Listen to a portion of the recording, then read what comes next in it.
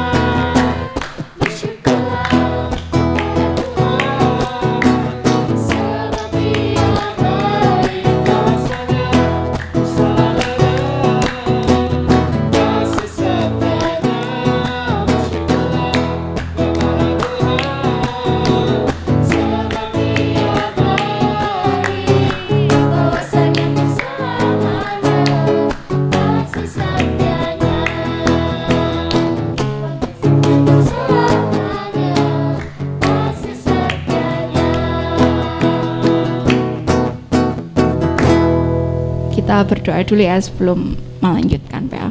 Mari kita berdoa.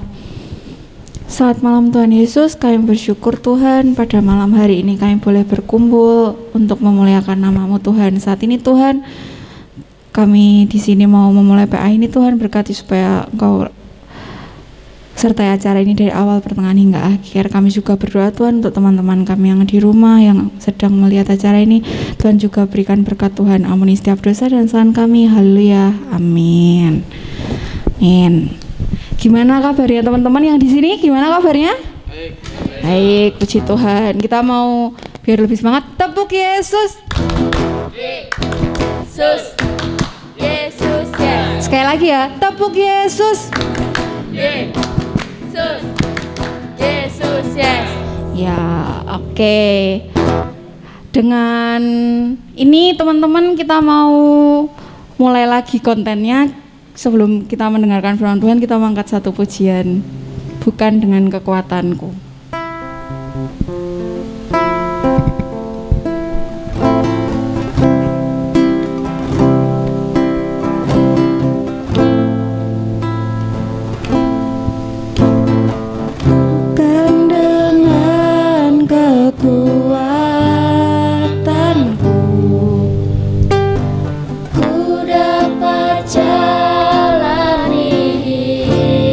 Hidupku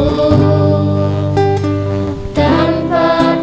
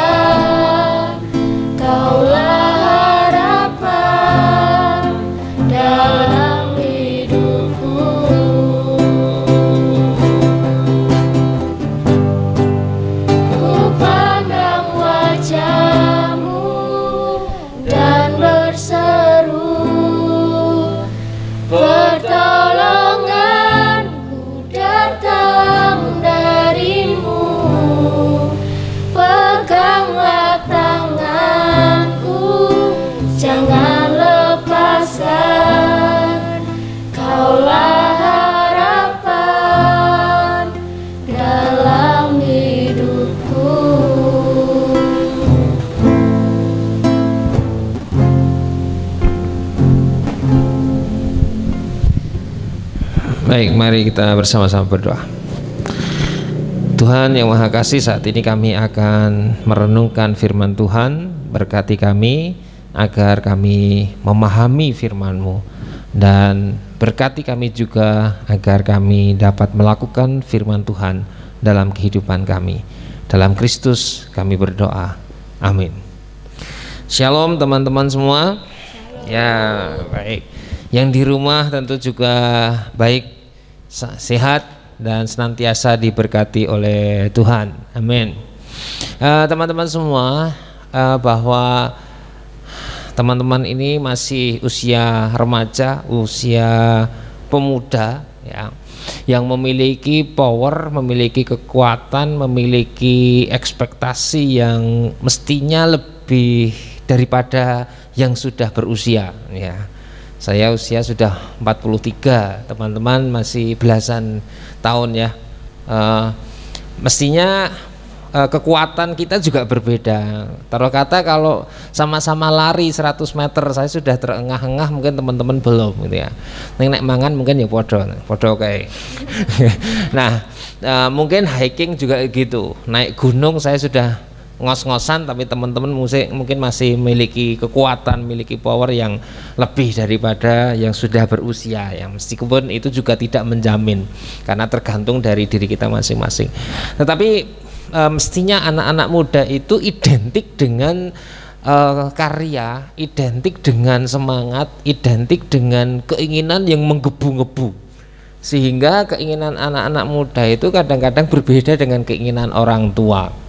Ya, taruh kata anak-anak muda itu ingin mengekspresikan dirinya, itu kan, sehingga ketika misalnya dibelikan sepeda motor, orang tuanya motornya dibrong suaranya, itu kan. Orang tua numpak motor brong itu kan keri neng kuping. Tapi anak-anak muda, wah ini kan identitas, ini jati diri anak muda, kendel, gitu kan.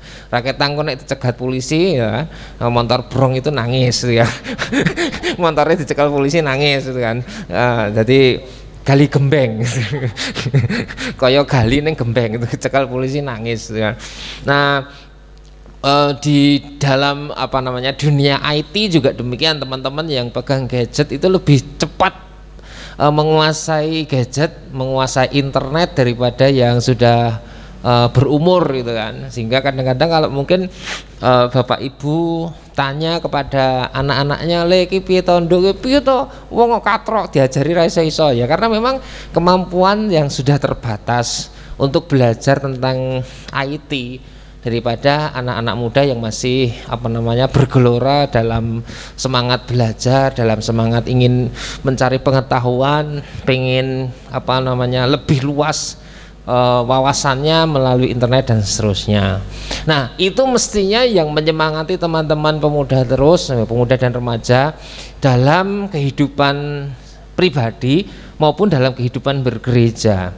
Apalagi dalam kehidupan bergereja kita, khususnya di GKJ Danukusuman, kita itu yang sudah berusia, yang dewasa atau yang sudah sepuh sekalipun, itu memiliki satu harapan bahwa anak-anak, remaja, pemuda Danukusuman itu nantinya menjadi generasi yang hebat, menjadi generasi yang kreatif, menjadi generasi yang inovatif, menjadi generasi yang terus memiliki semangat, sehingga yang sudah dewasa maupun yang sudah adiuswa itu kemudian memiliki satu cita-cita. Ya sudah, kami yang belum maksudnya kami yang sudah berusia itu ninggali, ya, mewariskan gereja yang baru nanti untuk anak-anak semua, untuk remaja, untuk pemuda yang besok akan menjadi generasi penerus gereja ini. Ya, teman-teman sekarang dilayani, teman-teman sekarang yang masih muda remaja ini menjadi pelayan, menjadi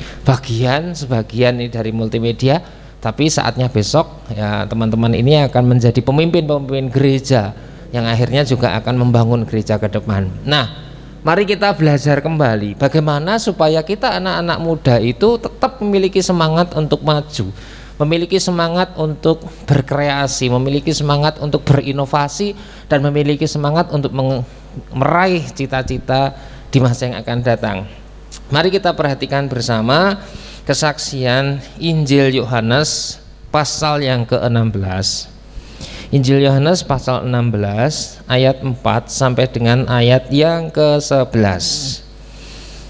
Injil Yohanes pasal 16 ayat 4 sampai 11. Di sini dikatakan demikian.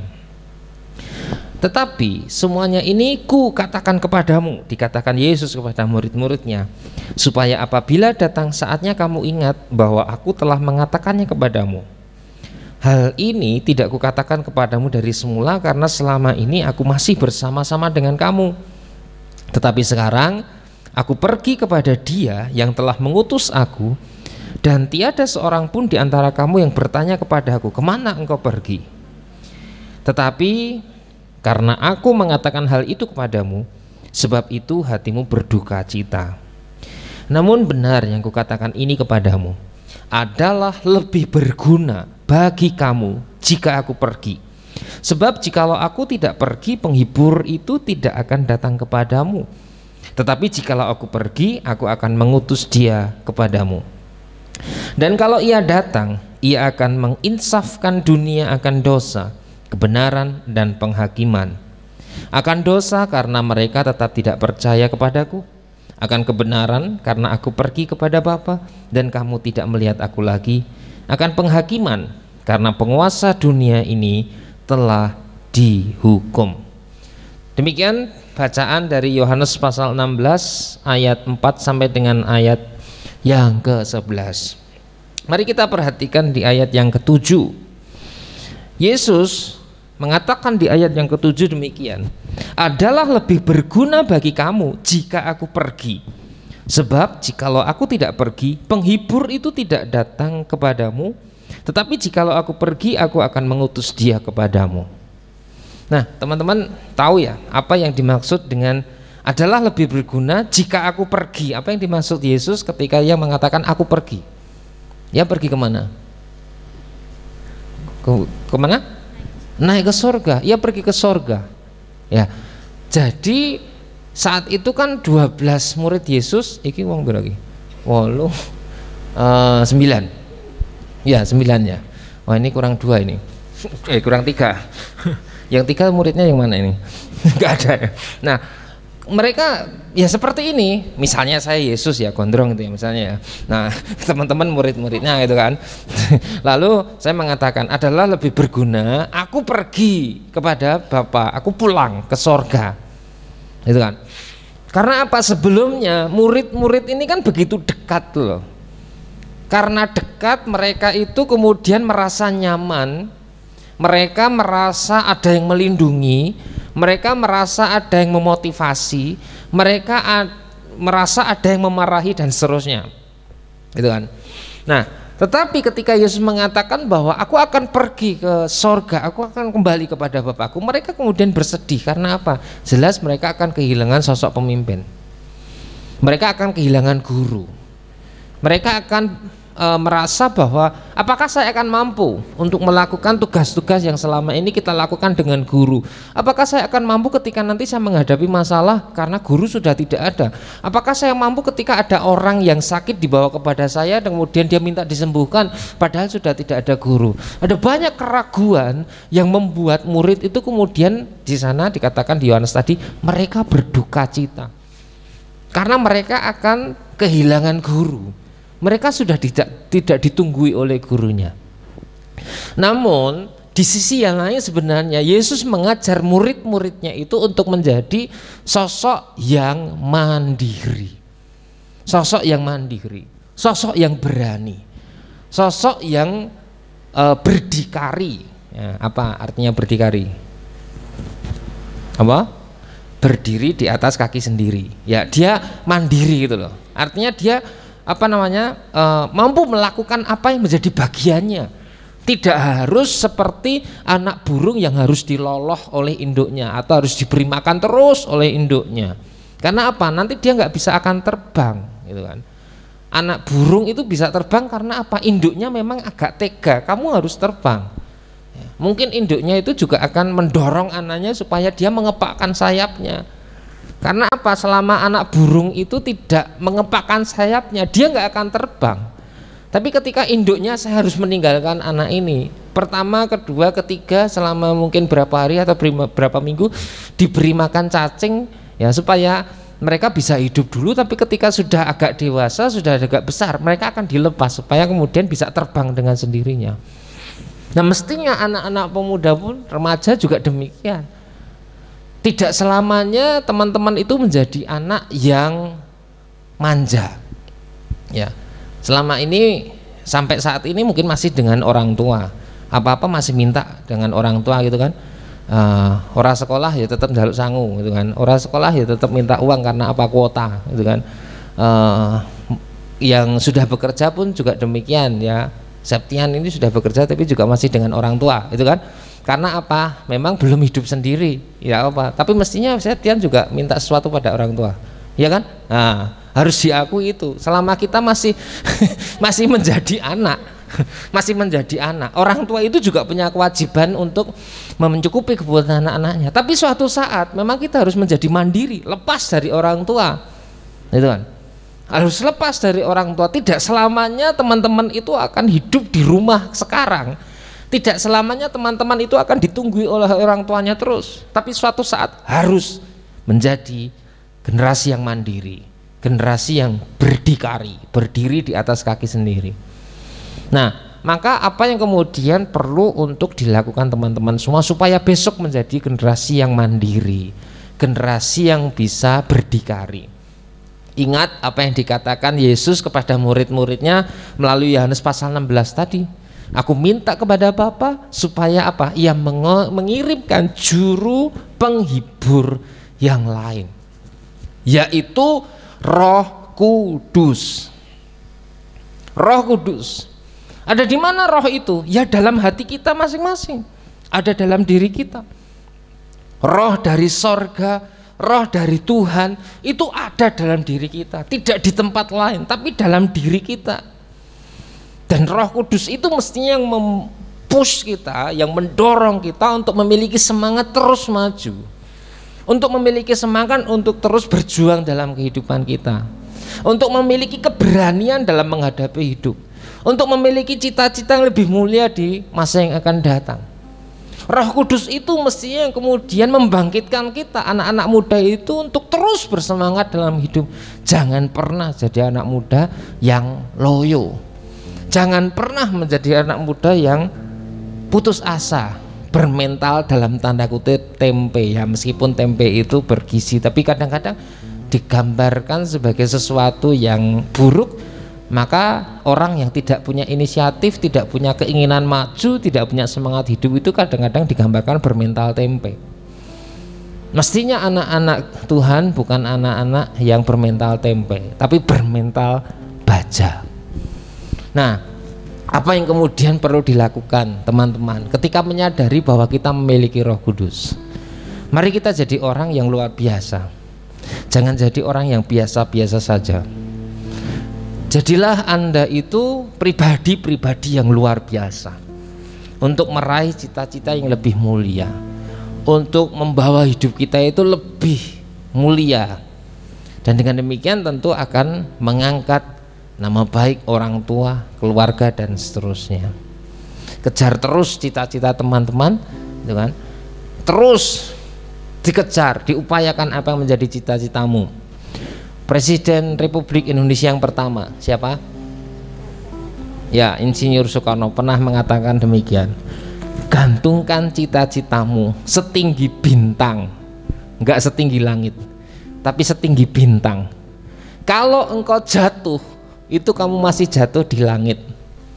Dan kalau masih jatuh juga dari langit, dia akan diterima awan. Artinya apa?